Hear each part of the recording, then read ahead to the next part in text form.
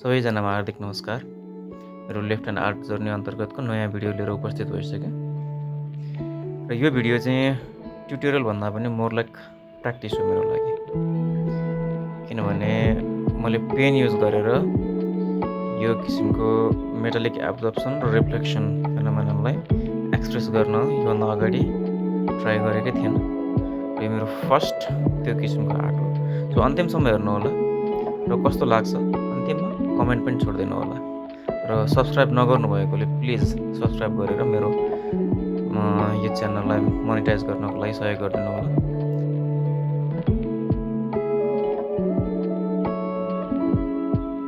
सुरुमा मैले grid use गरेर आउटलाइन निकालेँ। रफ आउटलाइन छ पेन्सिलले निकालेको। त्यसपछि त्यो पेन्सिलको आउटलाइनलाई चाहिँ मैले पेनले चाहिँ पर्फेक्टली लाइन अप गरेको छु र त्यसपछि मात्रै म यसमा डिटेलिङ गर्नेवाला छु। सो पहिला चाहिँ यो आइरन म्यानको सेप निस्किन्छ कि निस्किँदैन त्यसलाई चाहिँ फाइनलाइज गर्न कोसिस गरेँ।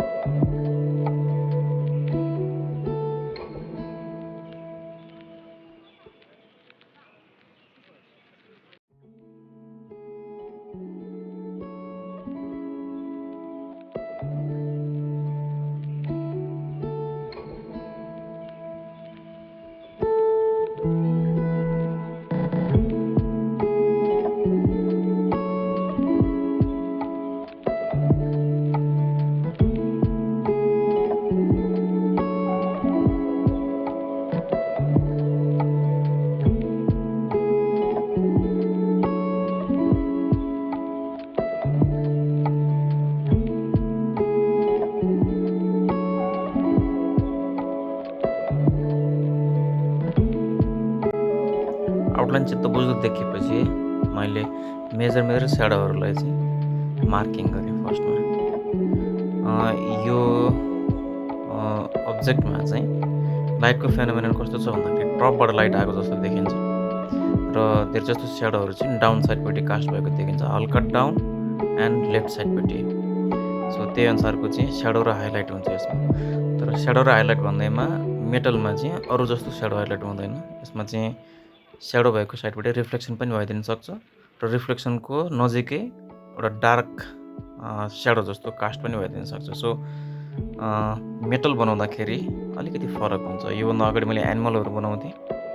एनिमलहरू बनाउँदाखेरि फरहरूको फेनोमेनन बुझ्दा भयो, लाइटको डिरेक्सन र डार्क साइडको डिरेक्सन बुझ्दा हुन्थ्यो भनेदेखि मेटल बनाउँदाखेरि चाहिँ हल्का च्यालेन्जिङ हुन जान्छ।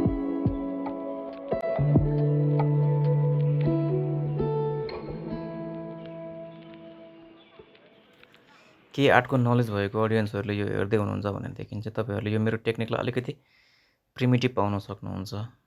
किनभने मैले यसमा चाहिँ आउटलाइनहरूलाई फर्स्टमा फोकस गरेँ। रादर के हुन्थ्यो भन्दाखेरि फर्स्टमा चाहिँ लेयरिङ गर्नुपर्ने हुन्थ्यो, मिड टोन लेयरिङ गरेर त्यसपछि स्याडो र हाइलाइटलाई बनाउनु पर्ने हुन्थ्यो। तर पेन युज गर्दाखेरि अलिक फरक हुन्छ।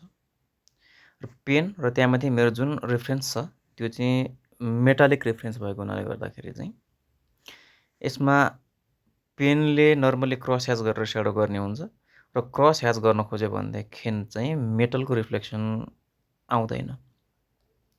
सो त्यही भएर मैले सकेसम्म क्रस ह्याच कम गर्न खोजिरहेको छु स्याडो बनाउने बेलामा पनि। पेनको प्रेसर र नम्बर अफ लाइनहरूलाई इन्क्रिज गरेर स्याडो बनाइरहेको छु भनेदेखि जहाँ हाइलाइट छ त्यहाँनिर चाहिँ नम्बर अफ लाइन्सहरू कम बनाएर चाहिँ हल्का रिप्रेजेन्टेसन मात्रै दिएको छु। सो यो अलिक फरक पर्न जान्छ पेनमा चाहिँ। पेन्सिलमा थियो भनेदेखि चाहिँ फर्स्टमा चाहिँ मैले लेयरिङ गर्थेँ, मिड टोन लेयरिङ गर्थेँ, त्यसपछि मात्रै मैले चाहिँ स्याडो गर्थेँ र फाइनल्ली म हाइलाइट गर्थेँ।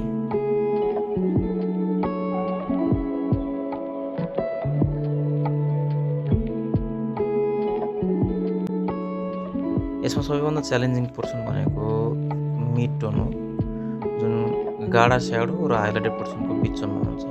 यसले चाहिँ स्याडो र हाइलाइटको बिचको जुन ट्रान्जेक्सन छ त्यसलाई फुलफिल गर्छ र एउटा मेटालिक स्मुथनेस देखाउनको लागि हेल्प गर्छ। पेन्सिलले थियो भनेदेखि सजिलोसँग ब्लेन्ड गर्न सकिन्थ्यो, तर पेनलाई चाहिँ ब्लेन्ड गर्न सकिँदैन। सो पेनलाई ब्लेन्ड गर्ने टेक्निक के छ भन्दाखेरि चाहिँ हामीले नम्बर अफ लाइनहरू चाहिँ कतिको स्मुथली घटाउँदै लिएर गएको छौँ फ्रम स्याडो टु हाइलाइट भन्ने कुराले निर्धारण गर्छ।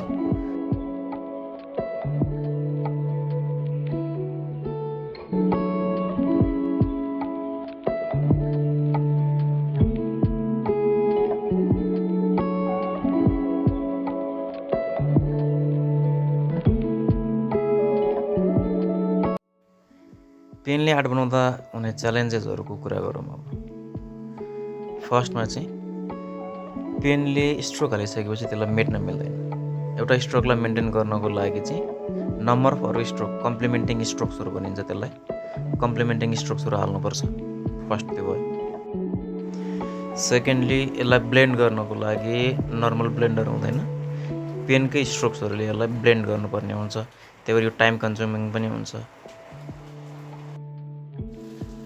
थर्ड च्यालेन्ज भनेको चाहिँ माइनर मिस्टेक्सहरू छ भनेदेखि त कम्प्लिमेन्टिङ स्ट्रोक्स त्यसलाई मिलाउन मिल्छ।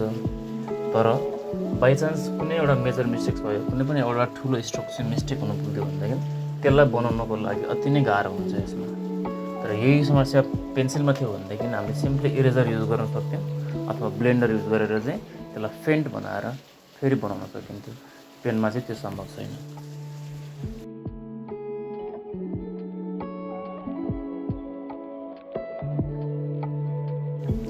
पेनको फाइदा पनि छ है। फर्स्टमा चाहिँ पेनले बनाइसकेको स्केचहरू पर्मानेन्ट हुन्छ, यो फेड अवे हुँदैन पेन्सिल जस्तो र अरू कलर जस्तो। सेकेन्डमा चाहिँ के हो भन्दाखेरि गर्ने प्रोसेसमा पनि हामीलाई सजिलो फिल के हुन्छ भन्दाखेरि हामीले यसलाई सार्प गर्नु पर्दैन र यसले डस्ट क्रिएट गर्दैन र कलर पेन्टिङले जस्तो इन्भाइरोमेन्टलाई अथवा यो गर्ने वर्क स्पेसलाई फोहोर पार्दैन।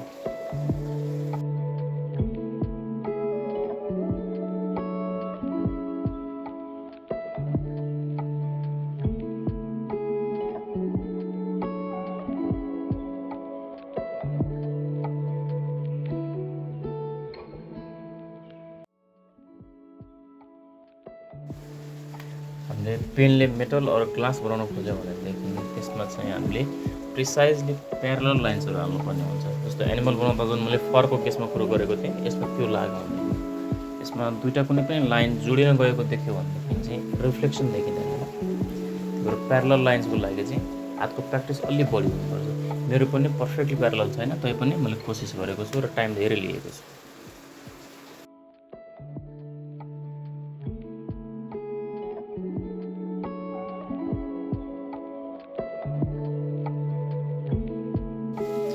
यसमा पेनले मात्रै सबै कुरा देखाउन गाह्रो भयो। फर इक्जाम्पल त्यो जुन हेडको टपमा भएको रिफ्लेक्सन छ त्यो हाइलाइटलाई देखाउनको लागि चाहिँ अब पेन एक्लैले नसक्ने भएर मैले फाइनली लास्टमा चाहिँ पेन्सिल पनि युज गरेँ।